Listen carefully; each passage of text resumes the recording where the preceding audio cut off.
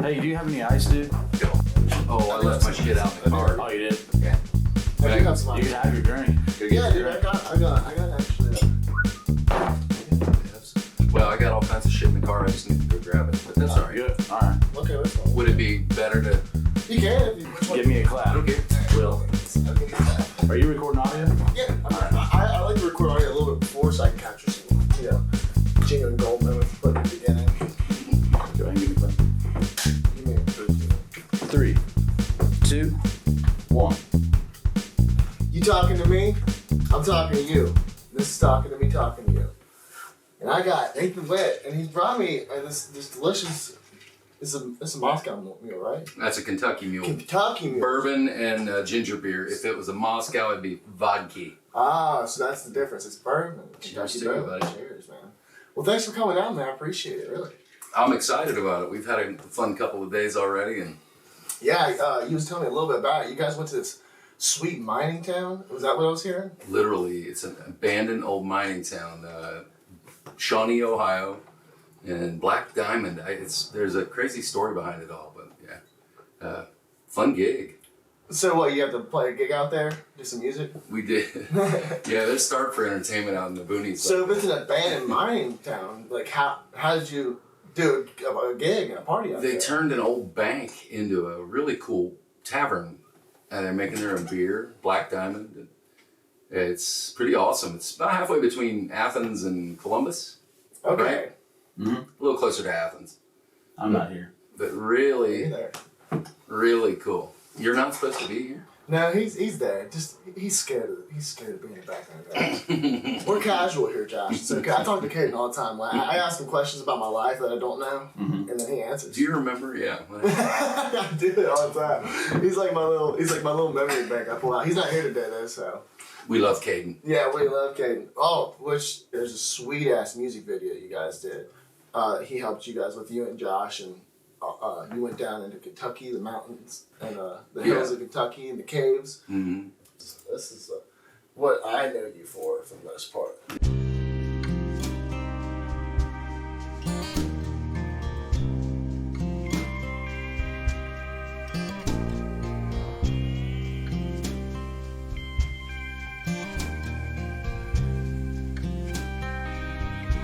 Started easy like the wind comes on with the spring, but heavy heat like the night, middle of August rain.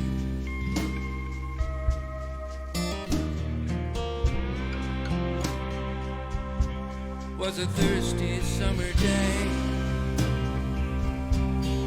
Can't remember rain. Was that feeling that you get? You see an old lover, yeah.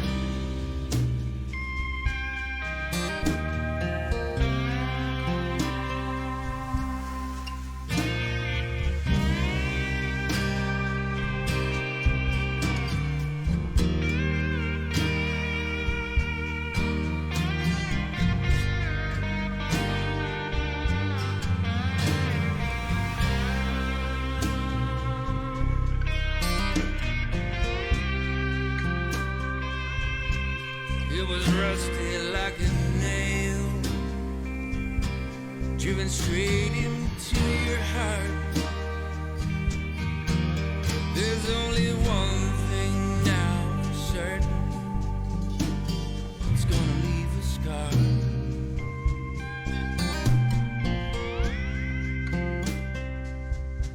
It's a reflection in a mirror, shadows on the wall. It won't do you any good, touch that, so not there at all.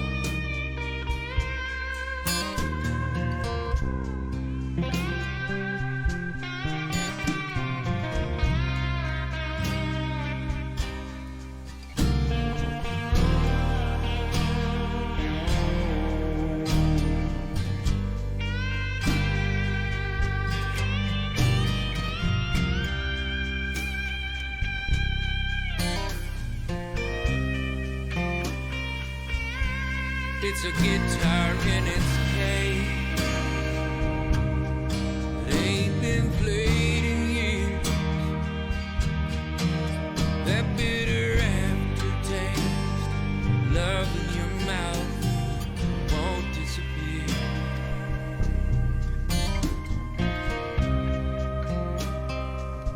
Oh, it's a guitar in its case. It ain't been played in years.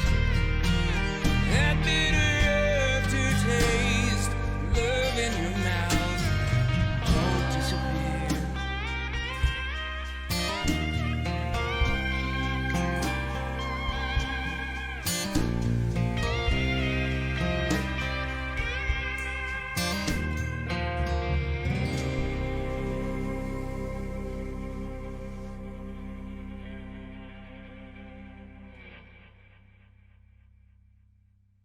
Real happy with the way it came out. It was a magical that song and the way it came about. Of course, I didn't write it. We're performing it for Rick. But Yeah. I think it was 3 hours and it was done. Dude, It was like a magical thing that happened in the studio that night. Matt Wicker on drums, Chris Lute on guitar, playing that gorgeous slide, and Pat Edwards on bass, and of course me on the acoustic. But yeah, didn't expect it to come out as well as it did. I was scared of that song for years, literally. So how long? So I'm assuming you've been playing that song out though, just in general, like with your band. No, Not even? We did a couple on the last record on Someday I'll. We did a song called This Photograph, which is a beautiful ballad that he wrote. This photograph I keep of you is fading like the paint. It's funny, I don't remember tears, so I'm thinking it's rain. Just beautiful lines, that's the hook. And then we did another one of his called Fast Women, Cheap Whiskey, which is our most requested song at our shows now. Oh yeah. It's rocking, it's kind of Rolling Stones. Oh, that's killer. I like meets Townes Van Zandt. Like it's good, you know. And Rick just writes some great stuff. So we've been integrating them into our records this last couple of go rounds. And Guitar in His Case was the single we're gonna do this week in Sonic Lounge Studios up in Grove City. We're doing. Shout Joe Beer. Yep, Joe Veer's my brother, one of the greatest engineers in the country, possibly the world. Yeah. You know, just a wonderful guy. I've known him forever and ever, and we go way back to when John Schwab Recording opened. Wow. I met him right after he left Sasapa with Mike Nugent and Schwab and those guys. But we're doing one on this record. It'll be probably the last one of Rick's songs that I'll do, but unless he throws more at me. But this one's called Back on the Run Again. And man, it is. We tried it last night for the first time live. Yeah. It came off, but it's beautiful and haunting, kind of like Guitar in His Case. There's a line in the last verse. I woke up from a dream last night. I could hardly catch my breath. I was screaming, "I love you" out loud, and it scared me half to death. Woo! It's good. Everything he writes is like that. It's just knock you over something. I can tell. Yeah, I can tell. It's, but like I said, like I felt it's like a very haunting feeling in that song. Like it all kind of like really brought in to feel that, you know, because it does make you feel like time is passing. Yes. It's a not a very long song, but it feels like forever. Right. You know, and like I was just talking to somebody about that, how like pop music makes you feel like the song just keeps going and going and going, but it's actually only 2 minutes long. Right. And then, but you're like, oh, I play it back again, and then it's 6 minutes long because you listen to it 3 times. But no, so you were talking, you named a bunch of the people around you that help you with this. So where did you kind of get started with all this? How did you start like getting into music and making into what you got now, into a band, and you know, getting people to help you with just all attributes of it, like the songwriting with, you know, these crazy instruments you got in the songs. Where did that kind of start? Well, my dad was an entertainer. My entire family are artists, potters, stained glass makers. My stepfather's an amazing artist. And Dad played all the clubs in Key West when I was a kid. So I just grew up in it, immersed in it. And, you know, I was taking the door at bars when I was like 15, you know, for Dad. And I just grew up in music. And then I met Robin Waddell, the guy we brought up that's working on this old town, Shawnee, Ohio. And met him probably in my teens. Originally, we did some recording on an old 4-track in his apartment. And next thing I knew, he was throwing me in the studio in Columbus. That's when Schwab Recording had opened. I'm thinking 94, 95. That's dating me, but yeah, that was some of my first. Of course, I was very young and just trying to get my handle on it. We did a record called Pictures of Memories. That was my first project. And then followed up very quickly with a record called Night and Day. All of these are all available on all platforms now, thanks to Josh and our great team. Oh, that's awesome. But then I jumped away from the label for a little bit and did a side project with a band called Chief's Tale.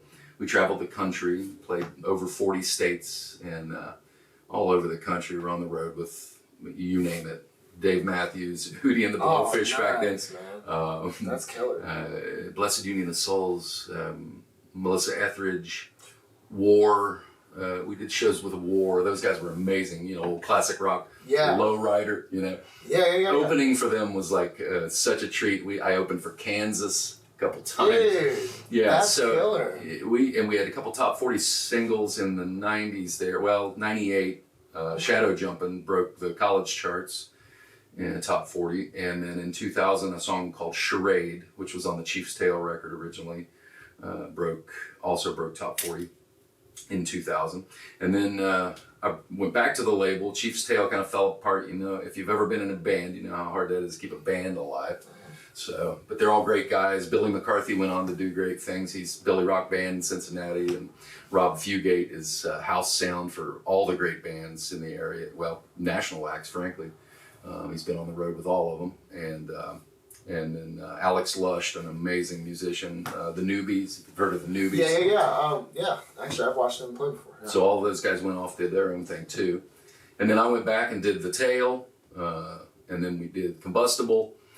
That had some singles on it. You can see all that stuff online. And then Someday Isle was next. The Someday Island, one of my favorite projects because it was the first one I funded myself.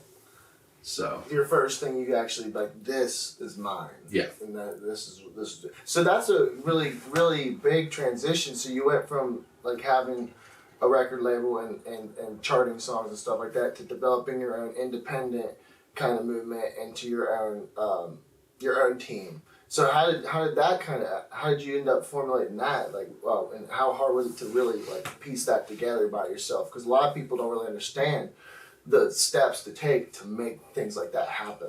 Well, needless to say, that record took the longest. Yeah. Yeah. Because I was funding it myself, putting it together myself, producing it myself. And that again, back to you can't be objective, looking at yourself, listening to yourself, it's hard to be objective. So you always have to have somebody else telling you, hey, that's, no, don't do that. Or, ooh, do more of that. Or, Yeah. Try this. Yeah, because it's really impossible to walk in there and, know what you're going to do. But, it just took time. And now I feel like that's the entire industry, though, is kind of moving that way. Yeah, it really is. And I've taken notice of that, too. Especially, obviously, I'm sitting here doing a podcast. I'm doing this all within my own realm. I'm not having any sponsors or nothing like that yet. You're talking to me. Yeah, talking to you. Talking to you. Talking to me, yeah. Talking to you. So that's pretty cool. It's a mind. It's like I'm slowly trying to figure out how to parallel that whole thing, but I'm still lost. But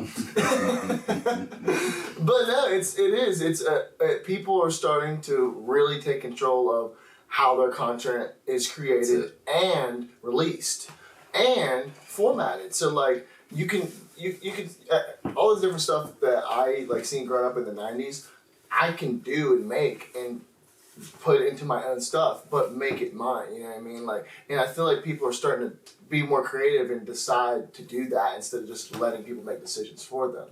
Like you said, though, you always need a reference to watch you and tell you when you're doing wrong, when you're doing good. Do more, do less. Right. And that's right on, man. I'm totally with that. And that's a big step to take just psychologically as a human being moving forward. Being able to hand it off a little bit. Yeah. That's hard. Because you can't be a control freak. Because that's how it slowly falls apart. It just dies sometimes, yeah, or it just loses all of its character because only your brain was Yeah. was helping it move forward. And hey, not everybody's a genius. So Yeah, we're not Einstein. when you pool our resources like a beehive, so to speak, Yeah. it changes the game. I mean, the queen is putting out a lot of bees, but all those bees are bringing the queen That's it. in to make her. There's no queen without the hive, and vice versa. So That's how stars are made, man. That's how like people are created into these idolized people, and whatever they're doing, they could be a talk shows, they could be a musician, they could be a dancer, anything. As long as you have somebody around people, not just somebody, but people around you to exactly. help you. Yeah, you'll get to where you need to be. But it's good people, because those people can fuck your shit up too. Some people can really fuck your shit up. We were talking about that a lot yesterday. Like your peers are really where it's at. Like who you're hanging with, the product you're cranking out. All of that matters. And show me your friends, and I'll show you your future. Yeah. That's it. Sure. That pretty much sums it all up. You just nailed it. I think I've seen that once. That's like some entrepreneur talk guy. I've seen it once. I was like, oh, that's an awesome quote. I'm gonna use that. that nails it. It really does. I want to hear more about this mining town. Seriously, so what? So you just drove for hours and then just ended up in the hills of almost like 3 hours into no man's land, and a friend of ours, Robin Waddell, who got us started in the music business years and years ago, is an entrepreneur and has his hand in a lot of things, and he found some investors and has turned this old mining town into. They're currently refurbishing it, the Black Diamond Tavern and some of the old opera house, and there was the old theater is owned by a nonprofit. So slowly but surely they're turning this into this hip little burg. Yeah, no, that's really cool. Yeah, because that's what Josh was telling me. He's like, basically, like everyone just kind of came from all these different places and came to this town where they're starting to kind of build things. That's cool, man. I like that. It sounds like such like a dream thing, that doesn't really happen anymore. Right. There's so many abandoned towns throughout the river of just Ohio and West Virginia. Absolutely. So many dying river towns, and then to see and hear, or at least to hear that a town is starting to get rebuilt within these. We've been working on Old Manchester for years and years. I live in Central Florida, so I'm not able to be so hands-on like I used to when I lived up here. But Little Manchester, Ohio, same thing. You drive through there and you can certainly see that. With a little elbow grease and some love and TLC, that town can really bounce back. It's there. When I was a kid, there were 7 factories in that. Yeah, so I lived there actually for about 6 months before I moved here. Oh, yeah. Yeah, I lived in this log cabin right outside. You might have seen it. It's right off of, is that 52? The highway that goes right through? Toward Aberdeen? Yeah, exactly. Yeah, going that way, there's 2 cabins right there. I was staying at one of those for a while. It's kind of isolated myself almost. I didn't know anybody out there. But no, I've seen that town, and I know what you're talking about. There's a lot of factories, a lot of broke down industrial. I love that kind of shit personally. And there's a vibe. They just put a new sign in with these beautiful boulders and something about welcome to Manchester, enjoy our river life. They're really working hard. They've done a bunch of grants and remediated a bunch of old gas stations. So you're getting to the public works side of my life, but I'm fascinated by big public works projects like that because it can really change people's lives. So I had heard down the grapevine that you were a mayor. I have been mayor. Was it town, village, city? Of a city in Central Florida where I live. And how in the hell did that happen, man? Yeah, I just hated the way the direction of the city was going. I've been down there 20 years now. I run a canoe and kayak company. Shout out to Rainbow River Canoe and Kayak. I've got a great staff down there. And we're at the end of the rainbow, literally. My shop found this place. I was actually on the road. We were doing a spring break tour with Chief's Tale. And cool story. We were in Savannah, Georgia, and finished our set 2 a.m, downtown Savannah, and we're fired up, and we had a tour bus out front, and in one of the holds, I had a couple kayaks stuffed in there, and as we were traveling, I was going to pop on the river, and I saw this dude walk out the door. He's like, "Good show, guys." He walks back in. He's like, "What's with the kayaks?" Or maybe it was a canoe. But no matter what, we got on the river the next 2 days later. He's like, my brother lives on the Rainbow at the bridge. If you're going, I'm like, yeah, we're gonna do Itchituckney. We're gonna probably Rainbow. We got 2 days off between Gainesville and Tallahassee, so I'm in love with those springs, right? And Rainbow Springs is one of the largest in the world. You got Silver, you got all these beautiful springs down there. Itchituckney is my favorite, Silver, and then Rainbow. They're just magnificent wonders of the world. Like Rainbow runs currently about 500 million gallons a day coming out of the ground. Picture an Olympic-sized pool about every 90 seconds. Wow. That's the Rainbow. That's crazy. On its average flow. And over 120 underground caves, underwater caves. So I could go on and on about that. But long story long, we leave Savannah. We end up at this guy's house at the bridge on the Rainbow Spring in the middle of the night after a gig. And it's a couple days later. This guy was so sweet. We're still friends. River Greg. If you see this, Greg, call me. I haven't talked to him in years. He's in New Orleans now. But we show up. Guy doesn't know us from Adam. Get out of the bus. Go say hi. And he's got 2 bags of Subway subs. He worked at Subway at the time. And then he goes, I'll be right back. He comes back out with 12 packs of Samuel Adams. Oh, man. Had a fire going. It's like 2 or 3 in the morning. I don't know. Maybe later. And then he comes out with a Christmas tin of gourmet cookies. Oh. So I'm like, well, am I in heaven or what? And long story longer, I roll out of my tent in the morning and there's a for sale sign. I mean, I skipped over a bunch. We went fishing at like 5 in the morning. He caught a huge bass. No. But there's a for sale sign. So next thing I know, we did the rest of our tour. We played all over Florida, all the way down to Key West and back. And I was in Chicago. We were doing a gig when I made my first bid on that property. I was going to buy it and start a canoe and kayak company. Yeah. I already had one going in Ohio here, like just summertime fun, not a big business or anything, but I thought it would keep me alive. And then, there's how that all started. And then, I don't know, a decade later, I had run the business, I had a county contract, I'm still touring, making records, and the town was going bankrupt. We had red light cameras and a bunch of problems. So, Oh, wow.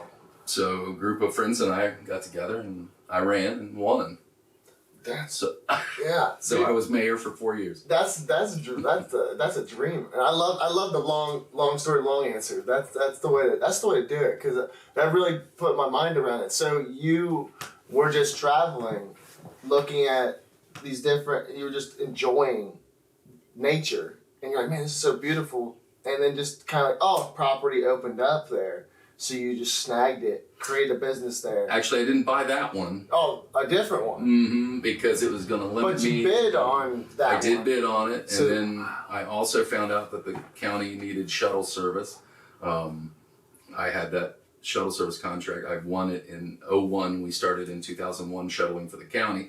So that was a foot in the door. By shuttle service, do you mean like busing? Busing Okay, people, yeah, moving yeah. their people back to the park. Okay, yeah. And so it's been a quite an adventure. But yeah, the mayor thing I threw in for fun. I love politics and I love the public works side of things, because there's stuff that your grandkids are going to use. We worked really hard to bring the trail into town and cross the river and create a connector trail. A lot of parks and rec stuff that you try. We are currently, with the Final Connection we've been working on for literally 2 decades, will be the longest off-road contiguous multi-use trail east of the Mississippi River. No shit. So it's a big deal. That's awesome. It's a big deal. Because I mean that stuff is disappearing. Like especially the Midwest, like it is slowly dissipating. Just like those river towns, which it's weird, man. True. Because people I think they're just less fascinated by nature, which makes no sense to me. Like I don't understand why you wouldn't want to go look at the river or go in the woods or see the caves. You know? I'll give you some good news. It's changing quickly. Like we're seeing people want outside, especially with COVID. Yeah. It has shoved everyone. Our business went through the roof. Uh-huh. All bike shops went through the roof. All my boat orders are shut down, slowed down. You can't get any gear. Yeah. Paddle boards, you name it. Bikes. Chlorine is going on. Rollerblades. Chlorine's going on a short list. Chlorine? Yeah, because pools. Because people are Everybody built a freaking pool. Everyone built a pool, man. They want to get I outside. wouldn't have thought of that one. Yeah, no, but it's so that's really cool though that you would do that, to take these steps out of your life to try to create for the next generation more nature focused things, so that kids can. I mean, this is our surrounding. Take away these buildings. That's what is the reality of the world. We've created a nice little comfy community for ourselves with all this, but like getting to know what everything kind of came from is, I think, important for sure. Science and all that is. I love learning about that growing up, looking at insects and and a lot of what we're using are these old rails, like railroads. Dead railroad. Really? Dead railroads. Yep. Rails to trails. Basically. That's smart, man. Oh, so is that what the program's Most of what we're doing is rails to trails. Now they're sometimes you have to create a gap connector. That's always the problem. Mm-hmm. The big project I've been working on for the last about 5 years is a whitewater park that would kind of change Central Florida. It's a huge, big deal. I won't get into, but again, public works projects are something I'm really into. No, yeah, that's really cool, man. I'm glad there's people like you out there doing stuff like that. Seriously, It's gotta be. Somebody's gotta do it. I respect it. Hopefully, one day I can do that stuff and feel the encouragement to do that. Because I mean, you can help somebody across the street and be nice and give a homeless person $1, but to change your community, your state for a betterness to grow on generations, man, that's fucking awesome. Man. Yeah. This area is blowing up. I mean, this area is really growing quickly. It is. Well, and this just in the town that we're in right now. I mean, a decade ago, had 3 less gas stations, 6 to 8 less restaurants. Right. And we have more original restaurants now. It's growing slowly. Absolutely. And some neat old historic buildings. And, I mean, they changed the name from. Speaking of historical, and since you're from South, or I guess mid Florida, Southern Florida, we just went to South Carolina, so I got a little taste of almost there. Little Charleston, or where? Yeah, Charleston. Okay. Yeah, dude. We went to this historical city of Charleston. Oh, it's beautiful. It is, and it's so wild because what you're talking about, like trying to get back, like the nature of things. Like these people in the city for decades have decided to hold close the historical factors of that city. That city especially.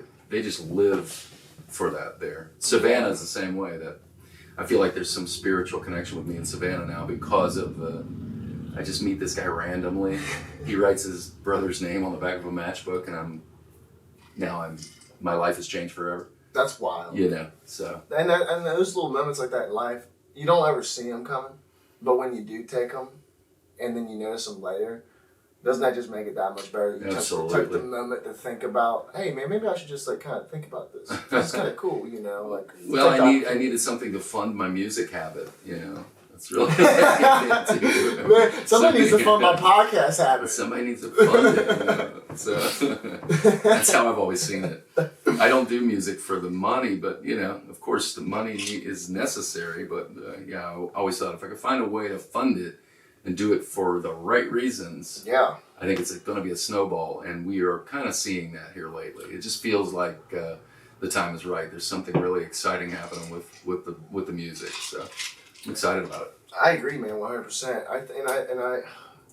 I like the angle that you're going at everything, because it's different than most people. A lot of people are very singular, like, I just enjoy it, But you see a lot of good, like, honest truths in what you're trying to do. And, man, I love it, man. And, dude, thank you for coming out, man. Absolutely. I really appreciate you having me. This has been an amazing podcast. And, this has been talking to me, talking to you. Talking to you, talking to me. You guys have a good one.